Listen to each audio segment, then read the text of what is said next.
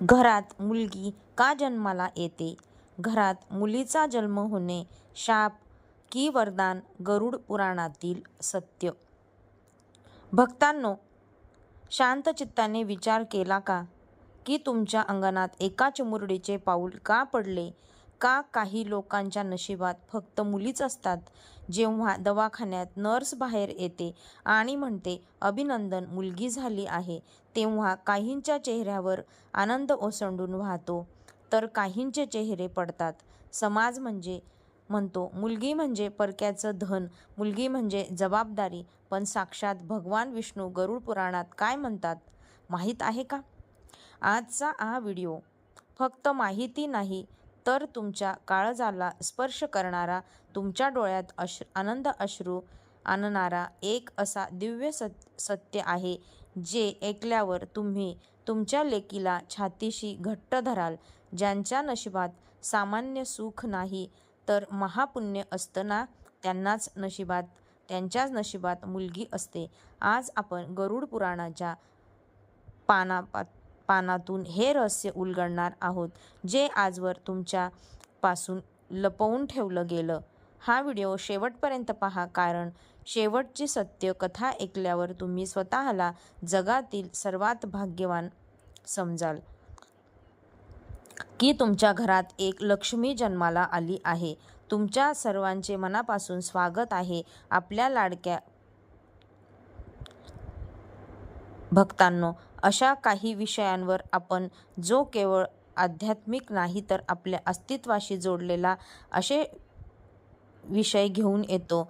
बरेच जण विचारतात की मुलगी झाली पण आमचे सासू सासरे किंवा नातेवाईक टोमणे मारतात, म्हणतात वंशाचा दिवा हवा होता, मुलगा हवा होता, मुलगी झाली म्हणजे आमची काही चूक झाली का?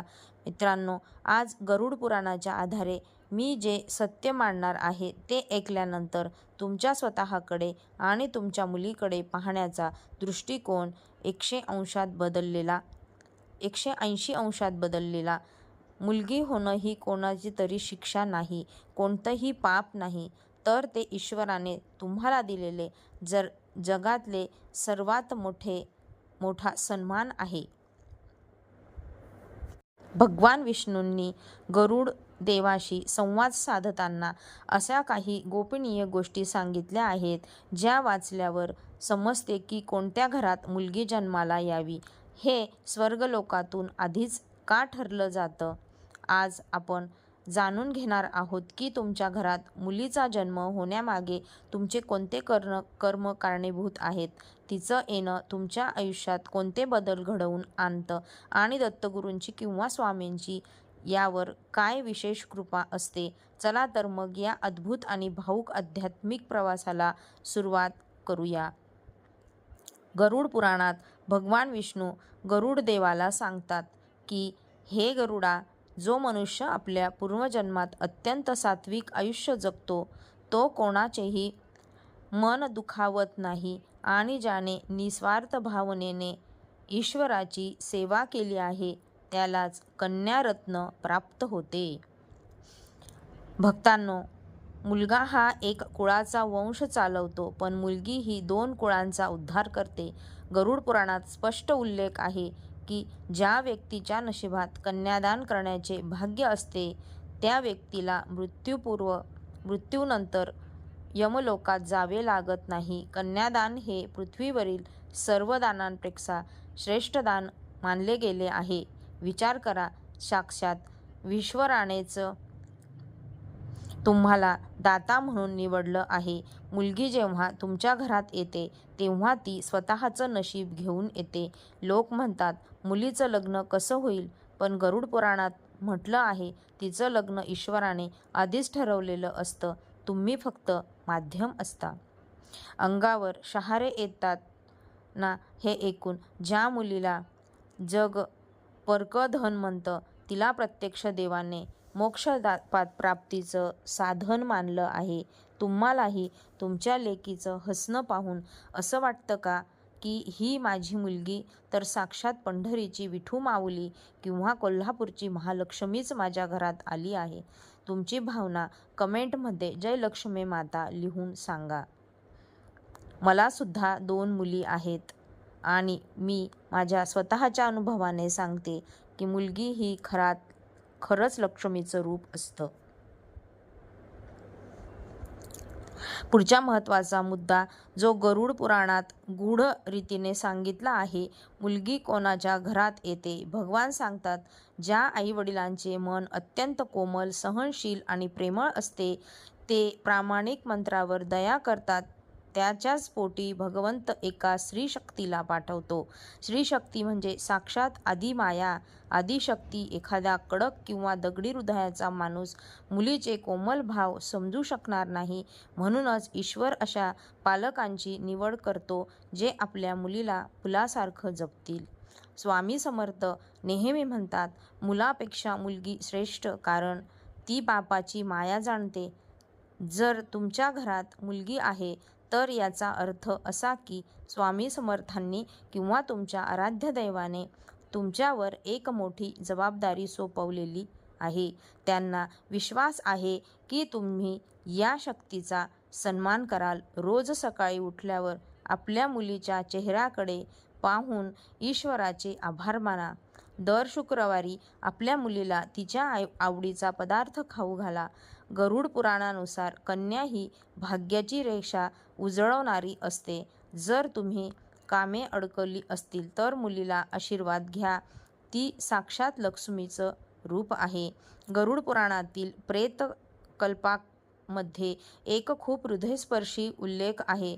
तिथे असं सांगितलं आहे की ज्याच्या घरी मुलगी जन्माला येते आणि तो तिचा सांभाळ प्रेमाने, आदराने आणि उत्तम संस्कारांनी करतो, त्याच्या मागील 7 पिढ्या आणि पुढील 7 पिढ्यांचे दोष नष्ट होतात. आपण पितृपक्षात पितरांसाठी श्राद्ध करतो, पण गरुड पुराणात म्हणतं, मुलगी जेव्हा आपल्या माहेरच्या लोकांसाठी मनोभावाने प्रार्थना करते किंवा जेव्हा ती सासरी जाऊन आपल्या माहेरच्या कुळाचं नाव काढते, तेव्हा तिच्या पितरांना स्वर्गात विशेष स्थान मिळतं. ज्या पितरांच्या मुक्तीसाठी आपण तीर्थक्षेत्री वणवण फिरतो, त्यांची शांती तुमच्या घरात खेळणाऱ्या त्या चिमुरडीच्या हसण्यात दडलेली आहे. स्वामी नेहमी म्हणतात, मी आहे ना तुझ्या पाठीशी. आणि ही मुलगी म्हणजे स्वामींनी तुमच्या म्हातारपणासाठी पाठवलेली एक दिव्य शक्ती आहे. अनेकदा जुन्या विचारांचे लोक म्हणतात की काहीतरी पाप केलं असेल म्हणून मुलगी झाली. भक्तांनो, गरुड पुराण अशा विचारकांचा कडक शब्दात निषेध करतं. भगवान विष्णू म्हणतात, जे लोक मुलीच्या जन्माचा तिरस्कार करतात किंवा मुलीला मुलापेक्षा दुय्यम स्थान देतात, त्यांना सौरव नावाच्या नरकात जागा मिळते आणि पुढच्या अनेक जन्मांपर्यंत त्यांना अपत्य सुख मिळत नाही. मुलगी होणं हे पापाचं नाही, तर तुमच्या आयुष्यातील पुण्यकर्माच्या फळाची सुरुवात आहे. ज्या घरात मुलीचा अपमान होतो, तिथून लक्ष्मी कायमची निघून जाते. जर तुमच्या घरात खूप आर्थिक चणचण असेल किंवा सतत आजारपण असेल, तर तुमच्या मुलीच्या हाताने कुंकवाचे ठसे पांढऱ्या कागदावर घ्या आणि ते कपाट तुमच्या तिजोरीत ठेवा. गरुड पुराणानुसार ज्या घरात मुलीची श्रद्धेने पूजा होत नाही, तिथे लक्ष्मी कधीच टिकत नाही. गरुड पुराणात पित्याचा आणि कन्येचा संबंध हा ऋणानुबंधाचा मानला जातो. याला आपण कार्मिक कनेक्शन म्हणू शकतो. असे म्हणतात की जर एखादी व्यक्ती मागील जन्मात खूप पुण्यवान होती, पण तिची एखादी सेवा अपूर्ण राहिली, तर तीच व्यक्ती पुढच्या जन्मात मुलगी बनून त्या पित्याच्या पोटी येते.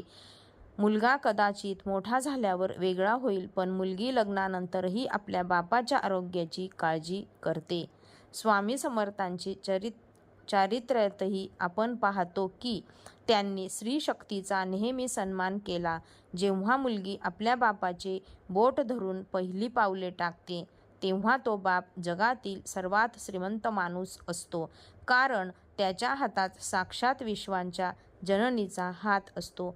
तुम्हाला माहीत आहे का, गरुड पुराण सांगतात की सृष्टीच्या आरंभी जेव्हा ब्रह्मदेवाने विश्वाची रचना केली तेव्हा स्त्रीला शांती आणि ममतेचे प्रतीक बनवले. ज्या वास्तूत मुलीचा वावर असतो तिथे नकारात्मक ऊर्जा टिकू शकत नाही. मुलीची हाक तीच निरागस वागणं. त्यामुळे घरातील ताणतणाव 50% कमी होते. तर तुमच्या घरात सतत कटकटी होत असतील तर आपल्या मुलीला रोज सायंकाळी तुळशीपाशी दिवा लावायला सांगा. मुलीच्या हातून रोज पक्ष्यांना दाणे टाकायला सांगा. यामुळे तिच्या पत्रिकेतील ग्रहदोष तर मिटतातच, पण पित्याचा राहू आणि शनी सुद्धा शांत होतो. हा उपाय 40 दिवस सलग करून पहा. घरातलं वातावरण कसं आनंदित होतं ते अनुभवा. अनेकांना भीती वाटते की मुलीचं शिक्षण, लग्न कसं होणार, पण गरुड पुराण ठामपणे सांगतं प्रत्येक जीव आपली तिजोरी आणि आपलं नशीब घेऊनच भूतलावर येतो. ज्या दिवशी मुलगी जन्माला येते त्या दिवशीपासून पित्याच्या व्यवसायात किंवा नोकरीत भरभराट व्हायला सुरुवात होते. ती मुलगी प्रगती रोखण्यासाठी नाही तर तुमच्या भाग्याची कवाड उघडण्यासाठी आली आहे. स्वामी समर्थांच्या अनेक लीलेमध्ये आपण पाहिलंय, एका भक्ताला व्यापारामध्ये खूप तोटा झाला होता. तो आत्महत्या करायला निघाला होता, पण त्याच वेळी त्याला मुलगी झाल्याची बातमी मिळाली आणि अवघ्या 1 वर्षात तो राजा झाला.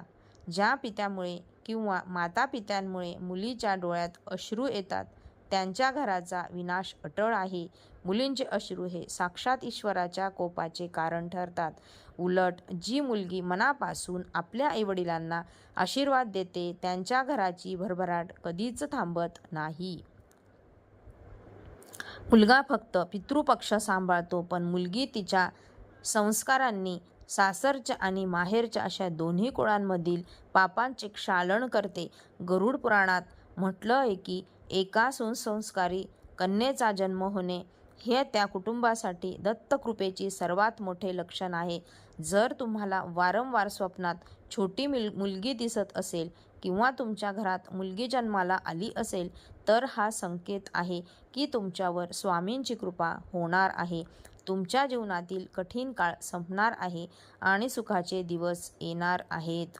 जर माझ्या प्रिय भक्तांनो, आज आपण गरुड पुराणाच्या या दिव्य ज्ञानाच्या माध्यमातून हे जाणून घेतलं की मुलगी होणं ही ईश्वराची सर्वात मोठी कृपादृष्टी आहे. तुम्हाला आजचा हा विषय कसा वाटला? तुमच्याही घरात एक छोटी मुलगी आहे का? तुमच्या मुलीमुळे तुमच्या आयुष्यात कोणत्या सकारात्मक बदल झाला हे कमेंटमध्ये जय स्वामी समर्थ लिहून नक्की सांगा. श्री स्वामी समर्थ. श्री गुरुदेव दत्त.